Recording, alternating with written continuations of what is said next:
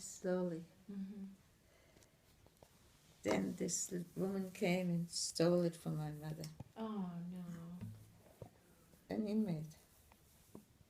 They got into a fight and she scratched her. Oh. She got all infected. Your mother did. Oh. Yep. So you and your mom both lived through everything. Yeah. Yeah. Then we were sent further to the east and we stayed in, they call the Quonset huts, these round things where they store the tools here. We slept in that. And there were 2 tiers too. That was so horrible. And they gave us pickaxes and spades and digging, and we were digging tank traps. The Russians were that close, so they were narrow on the bottom and wide on the top. Mm-hmm. So when they came, they were trapped. Wow. So we had to do that, but they were so tall that we couldn't, we got deeper. So we left some pedestal there. I stood on the pedestal and I threw it over there. Wow. Yeah, meanwhile it was like September, October, yeah. It was cold and terrible. Mm-hmm. And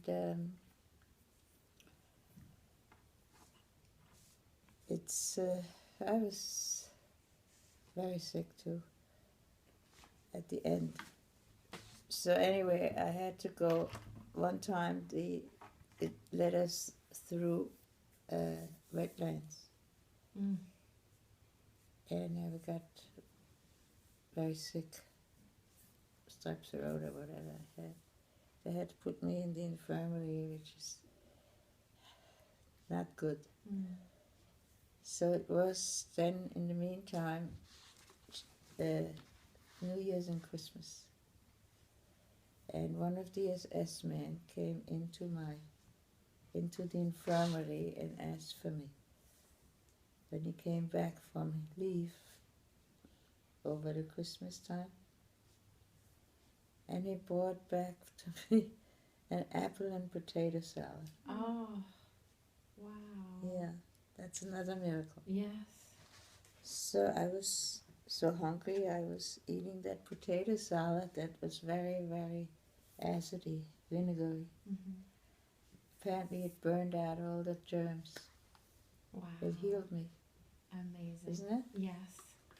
So I these are simple remedies, and I think they still do something today. Yeah. But you had to be, Mm. and so that was that. And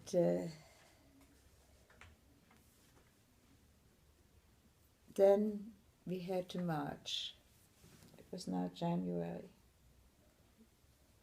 And whoever could marched. And I don't know how long we marched, but my mother said, there was snow on the sides. And my mother said, you have to eat the snow because you get dehydrated. She was a very smart woman. Mm-hmm. And so that was the right thing to do. Mm-hmm. But I was on my last legs, kind of. Mm. My mother had eczema we all had, from undernourishment and stuff. When I was liberated, I was about 60 pounds. Wow. Yeah. And so we got in, the SS told us to go in this farmhouse that was evacuated from whoever lived there before. And we just dropped down wherever we could. And we didn't know. So the SS were deciding what to do with us. Some of them said, we burned the house down. Some of them said they wanted to shoot us. And some of them said, we have to leave because Russians are going to get us. So they left, let us there. The problem was that, you know, there was some food there and also fatty food and meats and smoked meats and things, you know, farmer house. My mother says we can't eat anything. You haven't eaten any food the proper way for 3.5 years. Your stomach cannot tolerate it. She was so smart. People died. Because if you haven't, you can't just eat. You have to get slowly on a regular diet, or at least a reasonable something. Okay. So then I got really, really very sick. I had frozen feet and I couldn't get my shoes off, and my feet felt like I had balls, and I had whatever. I was weak, and then the Russians came in. And they didn't believe us, and my mother went in the middle. She didn't know word of Russian, and showed us how sick we were and all that. So they left. Next day they came with a truck.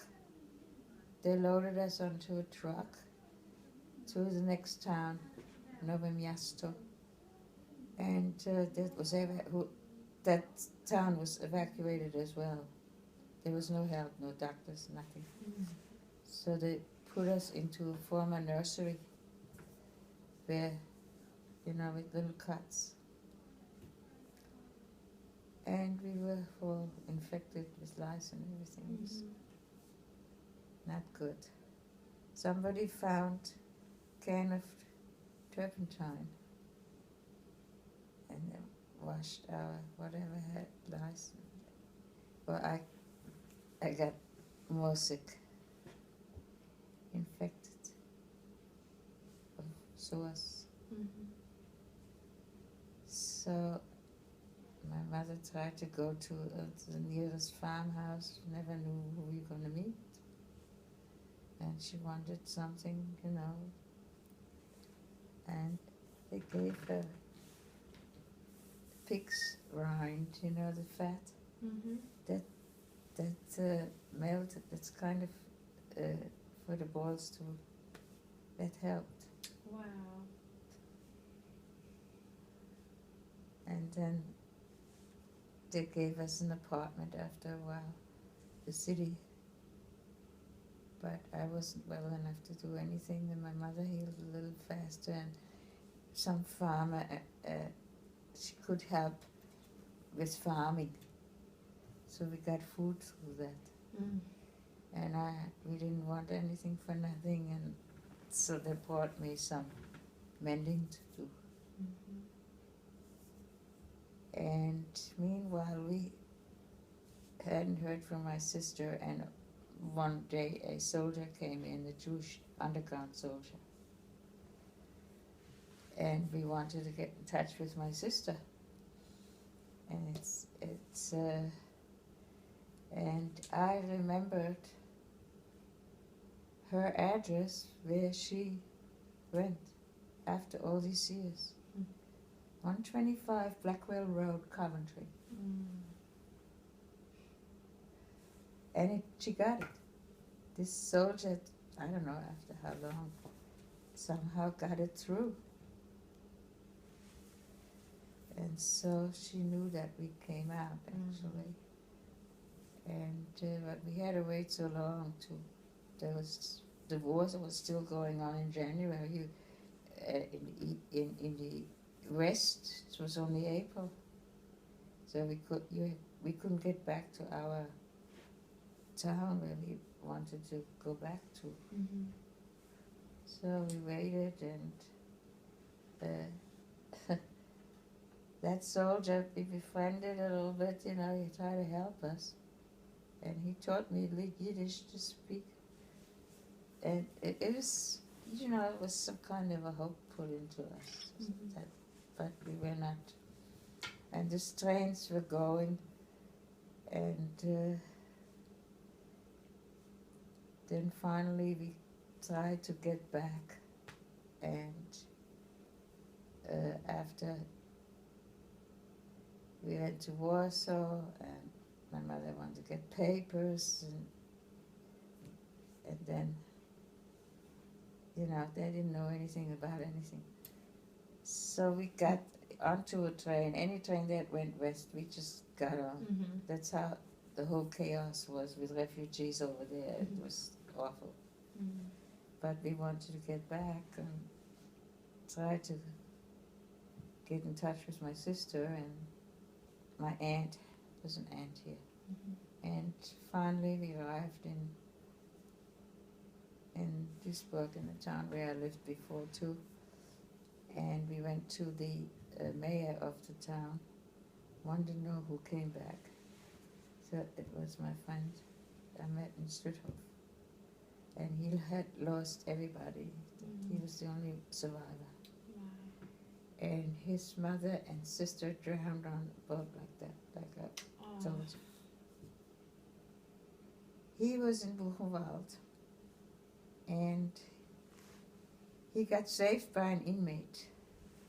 He was bound to go on a transport.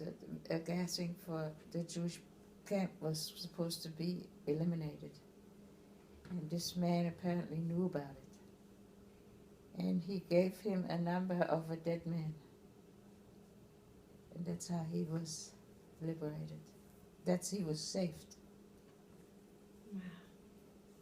Yeah. Now our family had 3 survivors. My mother, my husband, and I. And we came out, everybody was strong. Really. We did not have a psychiatrist or anything. Mm. So, although my husband had nightmares, but just, I don't know. My mother we were all liberated together, my mother and I. So we arrived in New York in 1947, February 1947. Mm-hmm. We went to series in Germany, different towns. Cities were accepting refugees, and there was an old age home who we started out, and they helped us, and and across from the hospital, that we always every day they put a sign up who came back, and so it was interesting to know all these things were organized. The Americans were very good. They had the UNRWA,